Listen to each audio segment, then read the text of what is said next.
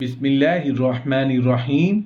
अस्सलामुअलैकुम वरहमतुल्लाहि वबरकातुहू। इबलीस की शादी कैसे होती है? हजरत अबू हुरैरा रज़ियल्लाहु अन्हु से रिवायत है कि नबी करीम सल्लल्लाहु अलैहि वसल्लम ने फरमाया, शैतान आदमी के सर के पीछे रात में सोते वक्त 3 गिरहें लगा देता है और हर गिरह पर यह बात कहता है कि सो जा, अभी रात बहुत बाकी है। फिर अगर कोई बेदार होकर अल्लाह की याद करने लगा तो एक गिरह खुल जाती है। फिर जब वो वुजू करता है तो दूसरी गिरह खुल जाती है। फिर अगर नमाज फर्ज या नफिल पढ़े तो तीसरी गिरह भी खुल जाती है। इस तरह सुबह के वक्त आदमी चाको चौबंद खुश मिजाज रहे, वरना सुस्त और बदबातिन रहता है। इरशाद बारी ताला है, इबलीस जिन्नों में से था, उसने अपने रब के हुक्म की नाफरमानी की। क्या फिर भी तुम मुझे छोड़कर उसे और उसकी औलाद को अपना दोस्त बना रहे हो, हालांकि वो तुम सबका दुश्मन है। मालूम हुआ कि शैतान की औलाद है और ये बात मोहताज बयान नहीं कि औलाद बीवी से होती है। इमाम शोबी रहमतुल्लाह अलैह फरमाते हैं कि एक रोज मैं बैठा हुआ था कि एक आदमी ने आकर मुझसे पूछा, क्या इबलीस की बीवी है? तो मैंने ये आयत तिलावत की, क्या फिर भी तुम मुझे छोड़कर उसे और उसकी औलाद को अपना दोस्त बना रहे हो? और कहा कि तुम्हें इल्म है कि औलाद सिर्फ बीवी से ही होती है? इस पर उसने कहा, जी हाँ। इलावा आजी हजरत कतादा रहमतुल्लाह अलैह फरमाते हैं कि जिन्नात में भी इस तरह तवालुद व तनासुल का सिलसिला जारी है जैसे औलाद आदम में है। शैतान नर और मादा होते हैं। उसकी दलील वो रिवायत है जिसमें बैतुल खला जाते वक्त ये दुआ पढ़ने का जिक्र है कि ए अल्लाह, मैं खबीस जिनों और चुड़ैलों से बचाव के लिए तेरी पनाह में आता हूँ। इरशाद बारी ताला है कि जब आप यानी सुलेमान अलैहिस्सलाम ने कहा, ऐ सरदारों, तुम में से कोई है जो इन अहले यमन के मुसलमान होकर पहुंचने से पहले ही उस मलका सबा का तख्त मुझे ला दे।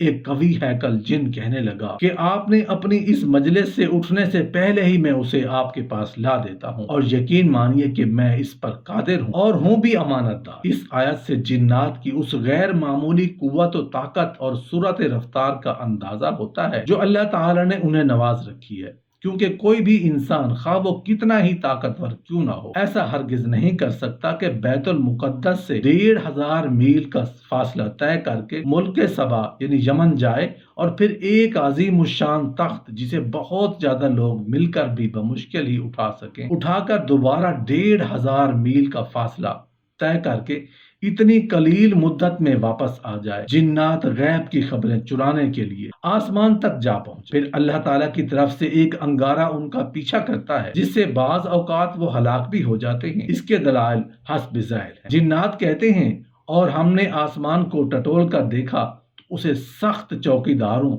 और सख्त शोलों से पुर पाया। उससे पहले हम बातें सुनने के लिए आसमान पर जगह जगह बैठ जाया करते थे, अब जो भी कान लगाता है वो एक शोले को अपनी ताक में पाता है। हजरत अबू हुरैरा रज़ियल्लाहु अन्हु से रिवायत है कि नबी करीम सल्लल्लाहु अलैहि वसल्लम ने फरमाया, जब अल्लाह ताला आसमान पर किसी बात का फैसला करता है तो फरिश्ते अल्लाह ताला के फैसले को सुनकर झुकते हुए आजिज़ी करते हुए अपने बाजू फड़फड़ाते हैं। अल्लाह का फरमान उन्हें इस तरह सुनाई देता है जैसे साफ चिकने पत्थर पर जंजीर चलाने से आवाज पैदा होती है। फिर जब उनके दिलों से घबराहट दूर हो जाती है तो वो आपस में पूछते हैं कि तुम्हारे रब ने क्या फरमाया? वो कहते हैं कि हक बात का हुक्म फरमाया, वो बहुत ऊंचा, सबसे बड़ा। फिर उसकी यही गुफ्तगू चोरी छुपे सुनने वाले शैतान जिन भागते हैं। शैतान आसमान के नीचे यूं ऊपर नीचे होते हैं।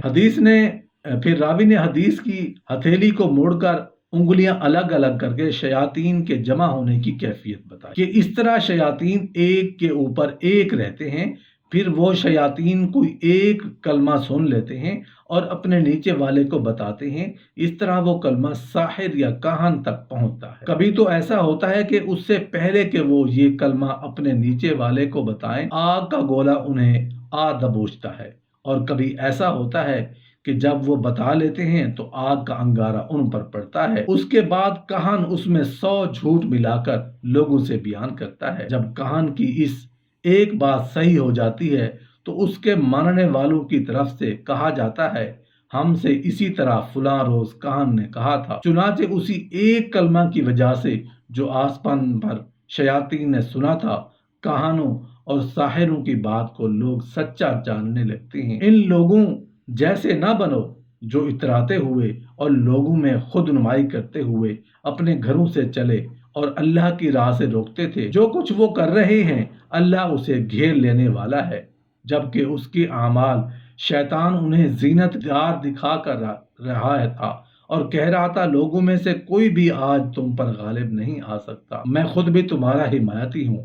لیکن جب دونوں جماعتیں نمودار ہوئیں تو اپنی ایڑیوں کے بل پیچھے ہٹ گیا اور کہنے لگا میں تو تم سے بری ہوں، میں وہ دیکھ رہا ہوں جو تم نہیں دیکھ رہے، میں اللہ سے ڈرتا ہوں، اللہ سخت عذاب والا ہے۔ ان آیات کی تفسیر میں مفسرین نے لکھا ہے کہ جنگ بدر کے موقع پر مشرکین جب مکہ سے روانہ ہوئے تو انہیں اپنے حریف قبیلے بنی بکر بن کنانہ سے اندیشہ تھا کہ وہ پیچھے سے انہیں نقصان نہ پہنچائے۔ چنانچہ شیطان سراقہ بن مالک کی صورت بنا کر آیا، جو بنی بکر بن کنانہ کے ایک سردار تھے، اور انہیں نہ صرف فتح و غلبہ کی بشارت دی بلکہ اپنی حمایت کا بھی پورا یقین دلایا۔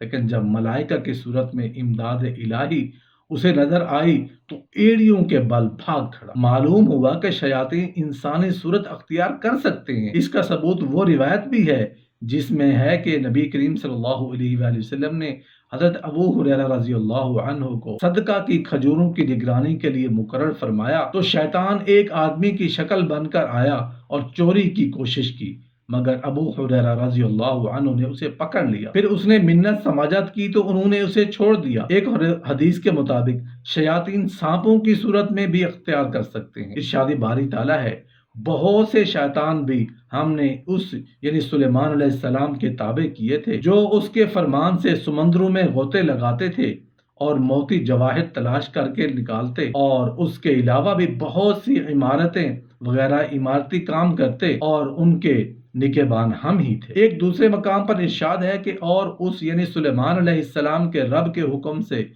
بعض جنات اس کی ماتحتی میں اس کے سامنے کام کرتے تھے، اور ان میں سے جو بھی ہمارے حکم کی سرتابی کرے ہم اسے بھڑکتی ہوئی آگ کے عذاب کا مزہ چکھائیں گے۔ جو کچھ سلیمان علیہ السلام چاہتے جنات تیار کر دیتے، مثلاً کلے، مجسمے، بڑے بڑے حوض جیسے لگن اور اپنی جگہ سے نہ ہٹنے والی بھاری دیگیں۔